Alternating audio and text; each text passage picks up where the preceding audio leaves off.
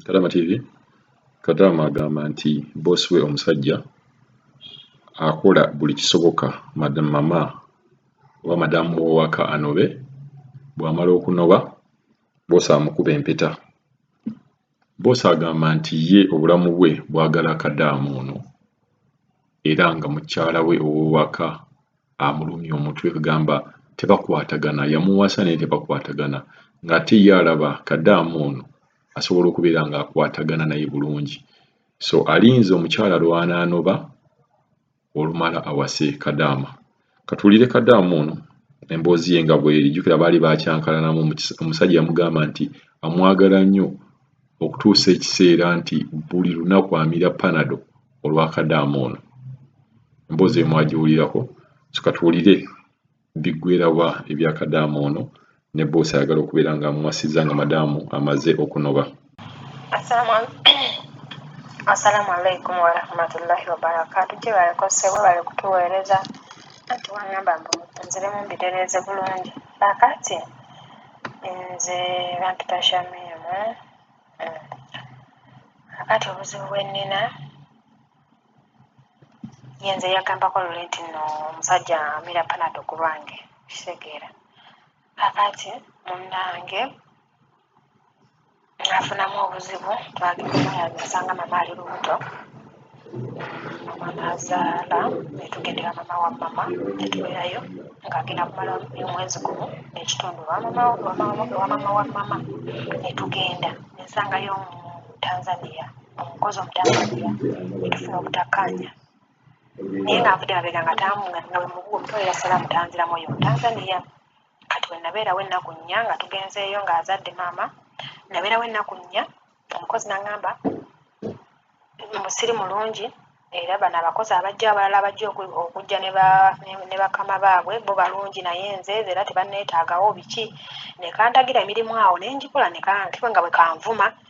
Ne tufunamu obutakkaanya ne tuyomba nnyo, ne tuyomba. Ab'ewaka tebanfaako kubuuza nti kyekibaddewo, tebanfaako, ne manya nono tebanneetaaga.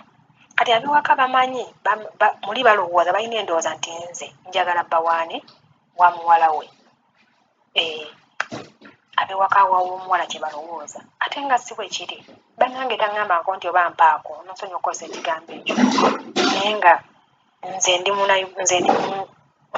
Omunayuganda, kale nze ndi we Uganda, ndi muntu mukulu, kale ntegeera nti ono omusajja alowooza kino gye ndi, bwe mmulaba bwe nti mmanya nti kati alowooza kino. Tegeera. Kati nze namulaba dda era nkimanyi era nnindidde ekigambo ekyo kukiŋŋamba. Naye ng'ebikola byonna biraga nti anjagala, okitegeera. Munnange nga mbeerayo ennaku ezo nnya ne tuyomba ne tukyankalana nnyo.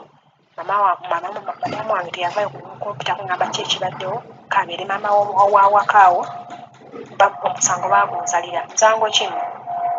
Kiro kuteekako ku Rohaani ku ssimu yange, ekiro we mba nebaze nteeka wano ku kutu, nteeka mu ddoboozi ettini ennyo nga lyange nzekka. Omuwala yayomba nnyo n'agamba fuluma, ne tujja kundeekanyiza. Nemuga naye lwaki ommalako emirembe, wadde tonjagala naye bikkako, tuli bakozi, twajja kunoonya 10. Ndeka.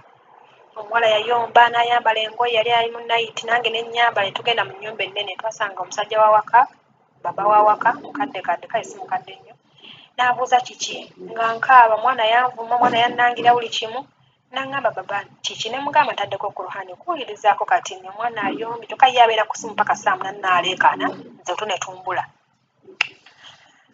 Baba n'andokola nga amaziga gamuyitamu, ewaka tayogera, mama yayogera ewaka, kitegeera.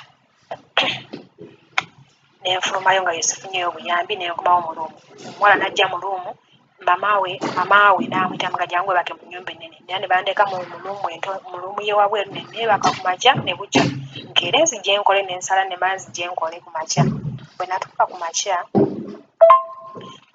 makya ng'omuwala oluggi yalusibye. Ngenda okuwuliriza mu kiyigo ng'ali mu kulongoosa, ataddeko amataala alongoosa. Ne nkonkona n'agaana okugulawo, ne nzirayo ne ŋŋamba wano nno omugezi. Gano amaka tebanneetaaga, nja kufuna ekikyamu, ate nga bifo nga situnnagenda. Nasooka kuloota nga omuwala w'awaka, sisita wa madamu wange, annyinyise mu ttanka y'amazzi eri emmanju, era mu kyoto nagiraba nga njeru.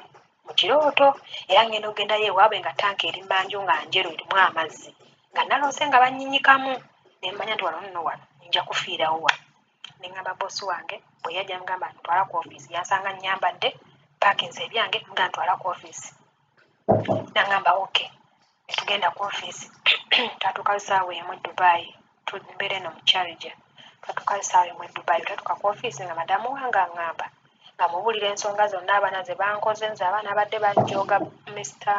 Kadama TV abaana badde banjooga omwana ja n'akwononera ngo n'awaleeta akabina ke n'akwononera bw'ati ddyo kumumwa amaziga ne gakuyitamu najja nakulaba ng'oli otudde wansi oli emmere abaana banga notula mu ntebe ntudde wansi njeme n'agirinnyamu ate naŋŋamba girye mwana wa myaka mukaaga naŋŋamba girye bwe nagamba maama we omwana yaŋŋamba toyazaagala baana be ekyo n'ensirika era ne mbigamba wa ofiisi n'omukozi yaliwo yamalawo emyezi 8 Omunnayuganda era naye seemu bye nayogera eri naye bye yayogerayo kitegeera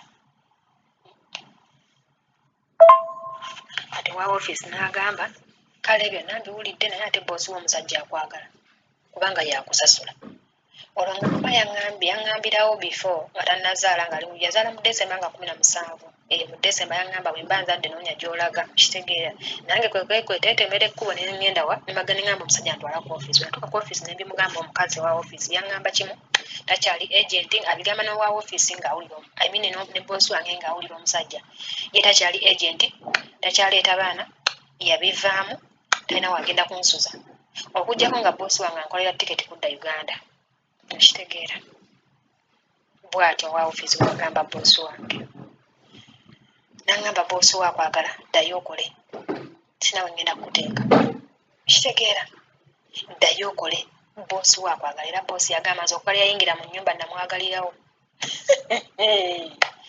okuva yayingira mu nnyumba namwagalirawo nga bwabigamba owa ofiisi nengaye kati nkoze ntya omugezi ate nga ndaba ate omwezi gw'envideo tebannansasula ate nga neetagasendera nga nina abaana abasiniya fone nga kanzireyo nkole mukama yange nyanja kunkuuma naye ate ndaba nga kigenze wala kati omukazi ancunya Kadama TV omukazi ancunya omusajja akola ebintu omusajja wali olabye wa boosi ayoza amasowaani boosi bamala okugera mukyala wenze nga neebaseemu mu ssaawa awo ez'okuwummula ssaawa 10 after 3 maze okuwummulamu ngenza okwebaka bwe bamala okulya omusajja n'ayoza ebintu ku makya wasanga ebintu nga omusajja abyoza byonna biruma omukazi abaana banjooga baba bwaleekaanako baba bwafuluma ebweru n'agendako auto mama n'alyoka avuma nze abaana ne bajooga nze mpulira nga ntamiddwa naye sina kyakkola bwe nnaamugamba nti nno ntwala ku ofiisi ajja kuŋŋamba kimu ofiisi yo tekyakwetaaga ojja kuyinza okukolera tiketi sinaadi n'ekikumi mbadde obusente bwange bwonna bwekola nga musindikira abaana bange bali mu siniya 4 nga sinaadi n'ekikumi naye kati nkoze ntya bannange bampe ku magezi omusajja kati aŋŋambye teri agenda kudda kukuleekaanira wano tewali agenda kudda kukuleekaanira kyokka ye tamanyi nti bw'avaawo bancunya teri agenda kudda omusajja nfaako Mr. Kadama TV omusajja nfaako bannange nze simanyi kye ngenda kukola naye mbadde nsaba ku magezi nkole ntya emyezi 6 teginnaggwako nsobola myezi gyange 6 okuggwako ne mugamba nti bannange nkooye sijja kumalako nampa paasipooti yange kubanga ID we baaginkolera yaginjijjako omusajja yagiyina omusajja nali mulwadde ne bantwala mu ddwaliro twava mu ddwaliro teyaginzitiza nakati yagiyina kati banne mbadde nsaba ku magezi gammwe nkole ntya bwe nnaavaawo ne ngenda ku poliisi ejja kwetaaga obujulizi sibuyina sibitegeera bannange naye ng'omukazi ye ajja kunkola ekikyamu nze nfumba kati nasalawo bwe mba maze okufumba ne nzijjako emmere yange ne ntwala mu lumu yange ne nsibawo n'ekisumuluzo eky'eggulu sirya anteganya ne baleeta ebintu nabiteeka awo kati jjo Friday weekend yaleeta keeki baagisudde mu kasasiro tewali yagiridde ne ŋŋamba kyokka nga banga omusajja yaŋŋamba luli oyagala keeki omukazi n'agamba y'abaana si ye y'abaana papa bwe yagenda n'aŋŋamba Shaimu toyagala keeki namugamba saagala era baagisudde mu kasasiro okitegeera yabaddemu ki bannange nsaba kunnyamba ngenda kukola ntya Mr. Kadama TV bawuliriza bakozi bannange abali mu nnyumba ngenda kukola ntya bannange omusajja amanyi omusajja ye bwe tubadde eri ewa maama we kubanga bwe twagenda ku ofiisi wa ofiisi n'agamba ene wa maama w'omuwala tomuzzaayo mutwale wa maama wo gy'aba abeera mpaka omukazi lw'anaawona muddeegye mu nnyumba yammwe era bwe kyali wa maama w'omulenzi mazeeyo omwezi gumu ne tuvaayo ogwa Desemba gwonna ne January awo January nga 17 ne tukomawo ewaka nange bampisizaayo bulungi nnyo kati omusajja n'agamba shagala wa waka waabwe amazeewo emyaka 2 n'emyezi 6 yali walinga contract